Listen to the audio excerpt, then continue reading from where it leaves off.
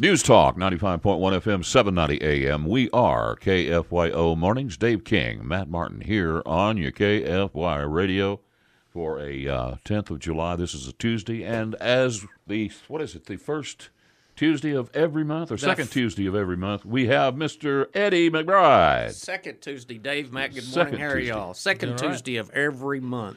There you are. What a joy to be here with you guys. It's ditto. It's such a joy to have you. Okay, now that we're past all the niceties. Yeah. Well, if you've been listening this morning, you've heard Matt and I talking about health insurance and its unaffordability. Yep.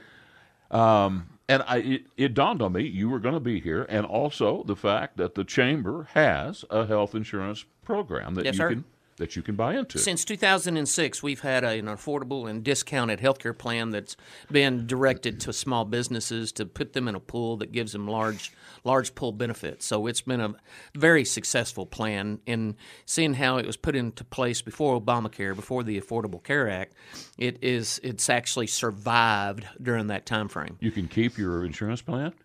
That's it. You can. And your doctor? You can keep it as long as you can afford it, because it's like any other plan in America. As the conditions change within your workplace, so do obviously some of the premiums have to go up sometimes if you have to pay out a lot of insurance requirements, and so it's cyclical. That every year that everybody does well in your group, then it doesn't go up as high. But if you have some issues in your groups, then obviously it does change the rates. But now what's important, and it's survived. We have what's called the traditional groups that were pre-Obamacare, and so those were not impacted directly by Obamacare, but indirectly they were. So we've been able to survive through that, and now anybody else that signs up with Obamacare. So anybody that signs up with the new plan, you have to get Obamacare. Now those prices, those rates have skyrocketed over the years as well. So, and just to let everybody know that small businesses, when we survey our small business members, healthcare still to this day, now from 06 to 2014, it relatively was easy, but since the institute of the metallic plans, the premiums have gone up. So today, again, as it was in 04, 05 when we surveyed our members, healthcare benefit, being able to provide those benefits to employees is our small businesses' number one concern. Absolutely. Well, and with small businesses, if they have to start providing what if they have more than 29 employees? Is that right? No, more than 51 is large 51? groups. Okay. Yeah, that's the demarcation between small groups and large groups. So what's the minimum? Minimum, well, for Number. two. Well, for us, it's two. Well, minimum is one. There are plans out there for one employee, but we do minimum of two employees. Okay. And so we've been doing it for a while, and it's been very successful. Well, then you are you're there on the main lines of this fight with insurance. Now, I unfortunately, probably in the last 18 months, have just been through a series of hospitalizations. Yes, sir. Well, thank God you're still here this morning. That's important. Thanks to good doctors. Yes, it's been one thing, and then another, and then another, and another. Fortunately, I'm of that age where Uncle Sam is taking care of me with Medicare, and gee, what a deal that is. Yeah. But what it's done, it's made me acutely aware of what it costs to be sick. Yeah, absolutely. And to be in the hospital. And it's confirmed what I've always thought, that the Republicans are not going to be able to come up with a replacement for Obamacare because of what medicine cost. Yeah. You're still looking at $1,000 a person to actually get good coverage.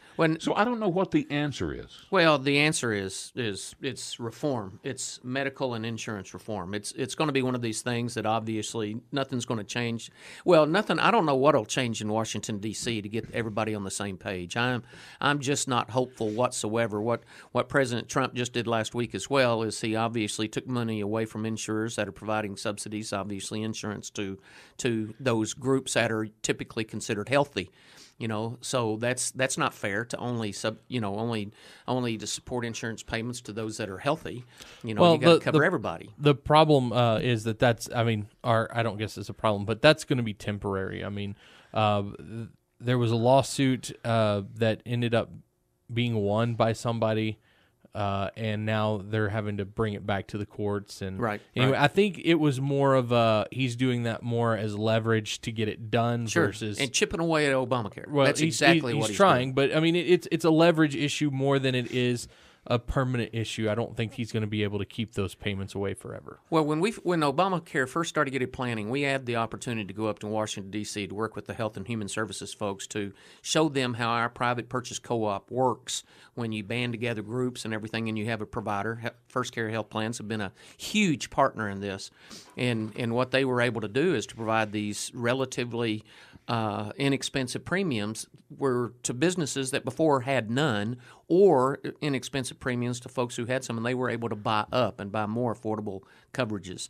And so we gave that plan to the folks, and as you know, it really wasn't followed. I mean, they were already down the road so far, I guess, at that point in time that our inputs really weren't incorporated. Yeah, they didn't care. I don't. Well, you know, we have a perfect plan. It doesn't work everywhere. You have to have a willing carrier or provider, you know, and our community was very well set. And so we were very successful right at first, and we have tearful testimonials from business owners, obviously, that were able to provide coverages for their employees for the first time ever. So what's happening now is because they did not repeal Obamacare, could not get all the votes to repeal it, they are finding ways, obviously, to chip away, just like doing away with the individual mandate. Mm-hmm. That was very important. I mean, we opposed it. We got beat up pretty good for opposing it because we didn't support, programs for the poor. That's not what our small business plan is about at all. It's to provide coverages for businesses to give to their employees. The poor get health care. Well, but we got beat up because we said that we opposed Obamacare. We knew Obamacare was going to have a severe impact on what we were providing, and it did. Okay. Well, Eddie, then this is a good time for you to make a pitch and tell people, who can join the Chamber's insurance? It's available. How do they do it? Okay. Well, we have what's called a private purchase co-op, as I mentioned, that's certificated by the Texas Department of Insurance, and obviously anybody that joins the chamber is able to get into our chamber employer health plan. So that's number one. You got to be a chamber member. Number two, obviously, you got to be able to to buy the insurance and everything that's provided by our First Care partners. So it's that simple. Now, the plans that are available right now, I'll be very upfront and honest with you, it's all Affordable Care Act plans. So it's all the metallic series, that obviously that are available to everybody. Mm-hmm. That's what happened in 2014. So that's why this, Matt, we were talking about these association health plan, this new language that came out through the Department of Labor. We are examining that and researching it as much as we can to see how we can grow our group and provide more with an association health plan. Mm-hmm. Well, okay, we have talked right up to the break here about health insurance. Yes, we want to take that break and come back and talk about many other things that's going on at the Chamber after this. And we're back here at 7:48 a.m. on KFYO Mornings with Dave King and Matt Martin. And with us this morning is Mr. Eddie from the Chamber. Yes, the head spear catcher at the Lubbock Chamber of Commerce. Eddie McBride. The head spear chucker down there at the Chamber. What are we going to talk about? I've got some. Let me give you some update, some upcoming events that your listeners might be interested to attend and participate. This Thursday night, our business after hours is going to be at Abuelo's, hosted by I love Abuelo's. Oh, I love Abuelo's. Truno Retail Technology Solutions, good chamber member, and if anybody wants to come out and meet chamber people and see how the chamber networks and develops relationships, come out to Abuelo's Thursday night at 5:30. And then on the 26th of July, we're having another business after hours at Hillcrest Country Club, and that's going to be hosted by Unite Private Networks, a relatively new technology solutions company in town, and you'll be able to come out and meet both the Truno people this Thursday night, and on the 26th, meet the Unite folks. And then upcoming stuff besides our golf tournament, our golf tournament is on July 23rd, and it's going to be at the Rawls. So we're always excited about going to the Rawls. It's a lot of good golf courses in town, and really like the what it's shaping up to be an excellent tournament again for for the 23rd. Then August the 14th. Now, is that open to the public, or is it No, just it's chamber members. You got to be a chamber member to buy a team and everything. You could join the chamber. Join the chamber and come sign up. We got 32 teams in the morning and 34 in the afternoon, so we're just about booked. It's a very popular tournament. Yeah. Again, networking, folks really get a good time together and everything. But on August 14th, you guys need to be telling your folks about this. We're going to have a legislative appreciation luncheon for Congressman Jody Arrington.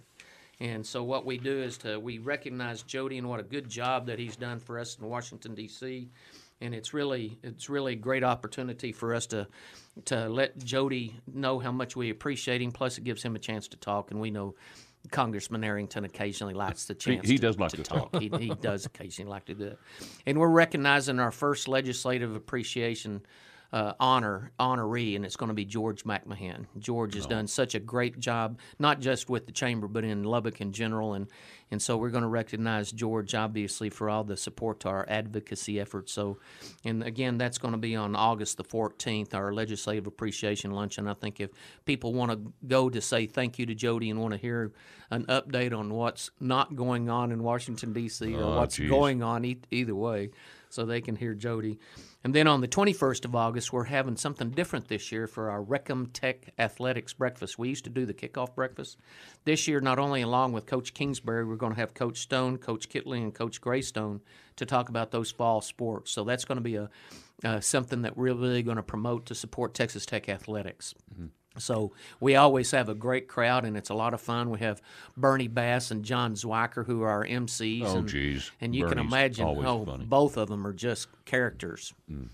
We have some text messengers this morning asking some good questions. One texter says, how do I join the chamber? If my employer/company is a chamber member, then can I, as an employee, attend these events? Absolutely. Employees, and one of the things thank you very much for asking that question, because not only are businesses, when they pay dues to join the chamber, every employee of that company is obviously a member of the Chamber of Commerce as well, so they can attend all of our events. And we want to encourage both employers to communicate this to their employees, as well as obviously employees taking advantage of it as well. Yeah. It's a great place to go and learn about other businesses and tell people about your business. Another texter says, can Mr. McBride confirm that the Chamber will not be campaigning for a county tax increase to fund a replacement event center? A county tax, we understand that yesterday it was approved by the county commissioners to send to the state comptroller the chance to have a November 6th election. And once that we find out what all the details, we very well might seriously consider it, because this particular tax, the way we understand it, if what they're asking for is a hotel-motel tax. So this is not a property tax. This is not a sales tax. This tax increase will be paid by people who visit Lubbock, Texas. In other words, it is not collected from you and me unless we go stay in a hotel. Right. But now, do you know how we rank with other Texas cities in the hotel-motel tax? We are 2% behind almost every other city in Texas. All the other major cities, and including even ones that are smaller than ours, already have the max. And we are 4% behind the max. And if this particular election might ask for a 2% increase. This may be a good time to bring this up, because this is one thing. You know, we have Lubbock on average received a 7.5% increase in property values. Yeah, from the Central Appraisal District. Yes. That's property tax. 77.5%. That's true. Property tax. Property tax. But still, it certainly affects the chamber. It affects businesses. Oh, my gosh, that's absolutely correct. So there's going to be a windfall. Tell me I'm wrong. A windfall to the taxing entities. No, anytime you increase taxes, somebody's going to see the increase in that. Absolutely. I mean, that's almost ridiculous that it's gotten out of control the way it has. Is there a solution? Okay, got to run. We'll be right back after this. News Talk, 95.1 FM, 790 AM. This is KFYO Mornings. Dave King, Matt Martin here on your radio, and Eddie McBride, the head guy at the Lubbock Chamber of Commerce. We have texters this morning, Eddie, that says, yes, let's make it more expensive for people to stay in hotels in Lubbock, because we already have so much that attracts people here. We had 6 million people come to Lubbock last year, so if folks who think that we're not a destination location, they're just flat wrong. I mean, it's not people who necessarily come here to vacation in the typical sense, but we have people who come to tech. We have people who are coming to our hospitals. We have people to visit families. We have a lot of visitors to this town, and folks need to realize there is a lot of efforts that go into making sure these folks want to come here. And so I really applaud Visit Lubbock and what's going on at Market Lubbock and Leda for their particular efforts. And we had 6 million visitors last year, and just think of all the money that generated wealth through our community thanks to that. Geez, 6 million. Well, it was many millions of dollars that they brought to the economy. Absolutely. And when you see in the last 2 years, the number of hotel rooms that's added, it was just phenomenal. It's a tremendous increase. And that's why John Osborne, have him come on the show, and he can do a much better job of explaining that to your listeners. Okay. Well, we're not going to have time to get to this other texture this morning. But anyway, Eddie, we're so glad that you join us. You're here the second Tuesday of every month. And you always have interesting information for us. We could go on and talk for an hour. That's right. Dave, Matt, thank you very much for having us. Yeah, thanks.